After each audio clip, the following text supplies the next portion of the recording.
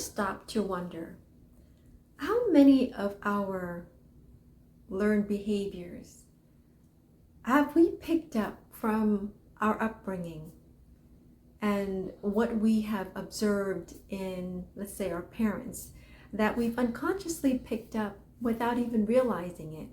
And it's impacting our lives in some way just right under our nose. Hi, I'm Jacqueline and welcome. We at Joyful Living Mindset are so excited that you're here because we believe that there's a great gift within you that's going to uplift humanity in some significant way. And we're here to help you navigate that journey and live your truth. So, I didn't realize for myself how much I have unconsciously picked up from my upbringing, and then that programming is playing itself in the background without me even realizing it. And they say that really a lot of what we learned, a lot of our beliefs are formed somewhere between the ages of 5 and 7, very, very early on in our childhood development. And that really begs the question of, well, then what are we? Because at that age, we're like a sponge. We're just picking up everything, absorbing everything. But cognitively, we don't really, we haven't really developed like complex cognitive skills to really understand what we are observing. And so how much of what we have picked up early on at that age that we have misinterpreted and adopt that as our truth and our beliefs growing up. And I didn't realize this, to be honest with you. It took me, well into my 30s for me to really not just intellectually understand it, but really start to see like, oh my gosh, wow, I had no idea that all these decades this programming was running in the background that I had no idea that was affecting, specifically at that time, it was affecting my relationships and my marriage. Because growing up in a split family, I kind of really didn't have a solid role models for what a healthy relationship should be. My biological parents were divorced. Love, to me, what I observed back then, younger days, was that love was just, it was unstable. It was that there's a lot of pain and hurt involved with it, because I still remember my biological mom, like the pain of her and my dad splitting up, and also remembering when my dad and stepmom, whenever they have arguments, like it would just be really big arguments of what I remember. And so in my mind at such a young age, it was, to me, love was, it was unstable, it was confusing, and that it doesn't last. And how it played out in my relationship, what I'm noticing, or what I have noticed, is that at the first sign of struggle, at the first sign of hardship, like my immediate response is to run. Because I've never allowed myself to fully commit to a relationship, to anyone in a relationship, because in the back of my mind, deep down inside, my programming is that love doesn't last, and that it's unstable and confusing and causes a lot of pain and heartache. And now when it got to a point when my marriage was literally a signature away from divorce, when I had to take a look and really ask myself, like, Jacqueline, is this what you really want? And in that question, it created a brief space for me to really reflect on what is it that I really want, especially when it comes to relationship. And in that space of reflection, I realized like, wow, there's a pattern of behavior that I keep repeating. And it's that I don't allow myself to commit. I don't allow myself to stay and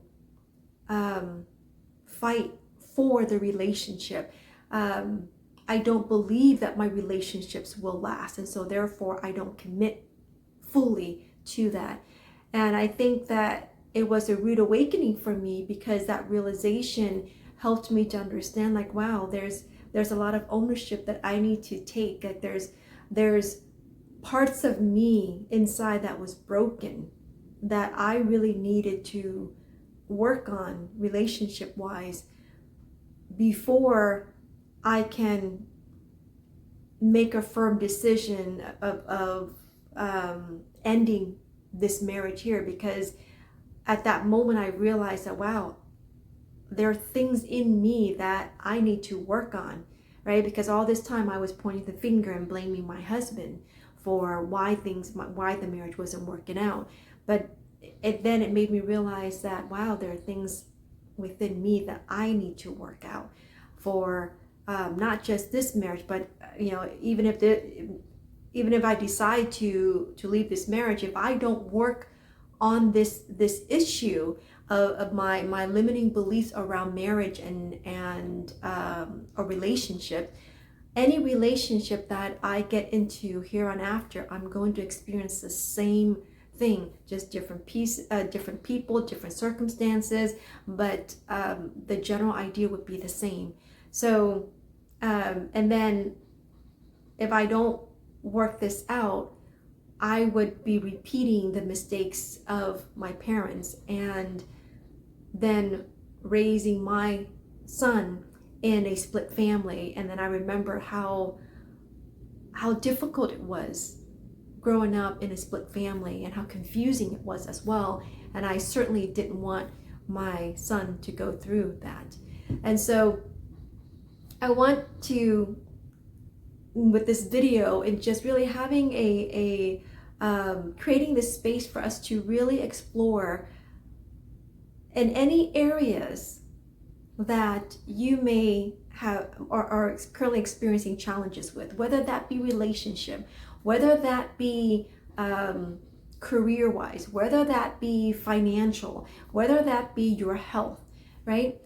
Whatever area that you are struggling right now, I invite you to take a look at what is the pattern of behavior that you are having around that aspect of your life that you're currently experiencing challenges with, right? And just in that awareness, that's the first step, is becoming aware of what is this pattern of behavior that you're noticing yourself repeating over and over every time when it comes to this aspect of your life.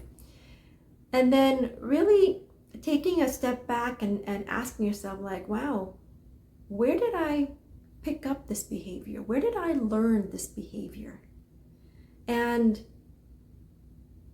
knowing that a lot of our learned behaviors are coming from early on in our lives, and just really being in loving inquiry of, wow, like, what must have I observed from my role models back then? Whether that be my parents, whether that be my, let's say, teachers, or, right, role models.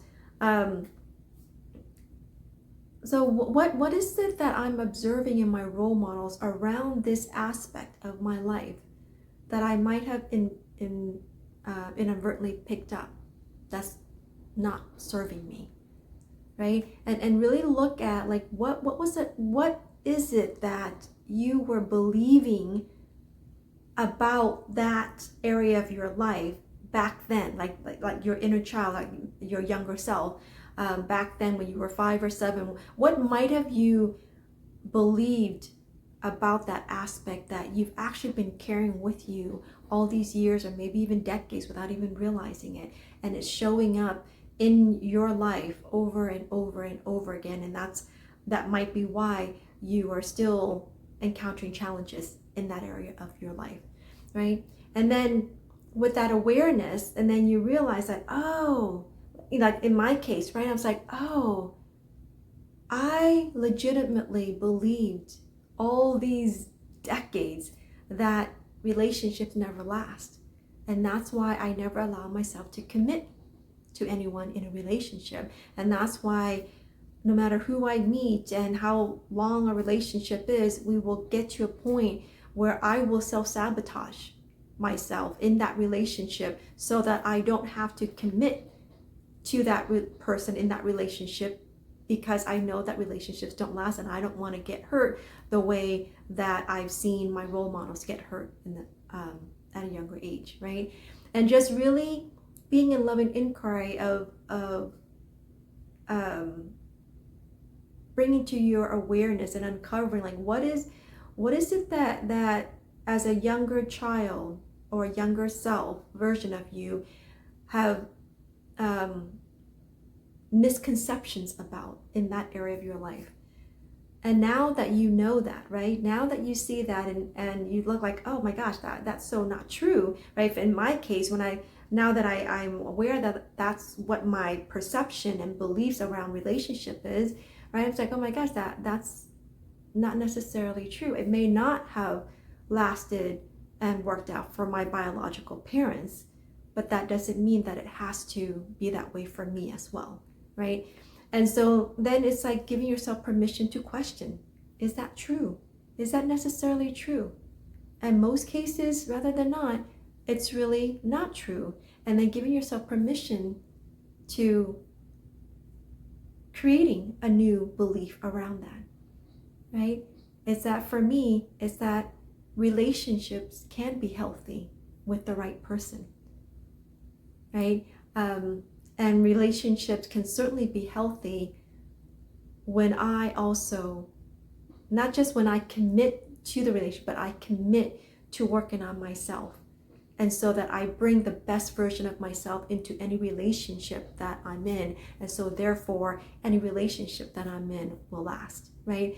And so just kind of walk yourself through that. And that's really how we get to break the cycle of our upbringing and really start to pave a new path forward for us and be intentional with how we are showing up in every aspect of our life and every single day of our life, and bringing the best version of ourselves forward so that we don't unconsciously repeat the mistakes or misconceptions that we have observed, like mistakes of our role models in the past, or the misconceptions that we've picked up along the way that we're bringing forth into our present moment self here. So I hope that was helpful. It was definitely a concept that took me a very long time to learn. So I hope that this video sheds some light for you and just creates this space for you to just be in loving inquiry of, in any area of your life that's really not working out the way that you want it to right now. It's just to sit in loving inquiry of what are the patterns of behaviors that you're noticing yourself engaging in surrounding that topic or that aspect of your life, and where might that have stemmed from? Like where do you remember first observing that learned behavior, or are you picking up that behavior from, and what might the younger version of yourself, a younger child, inner child, have once believed about that situation or that aspect of your life that you've been carrying with you all this time that isn't serving you, and just questioning, hey, is that true? Is what I have been believing about that, is that really true? And then giving yourself permission to make a new belief, come up with a new truth that will serve you in that aspect of your life. And then saying, okay, well, now that I know that, now that I know that's not true, and now that I know that this is my new truth instead, what am I willing to commit to doing going forward so that I don't continue with this pattern of behavior and have different and better results in that aspect of my life. So I hope that makes sense. Once again, feel free to leave your comments, your thoughts, your questions around this topic in the comments section. I'll be happy to support you further then. But until next time, thank you so much for watching, and I will see you in the next episode. Bye for now.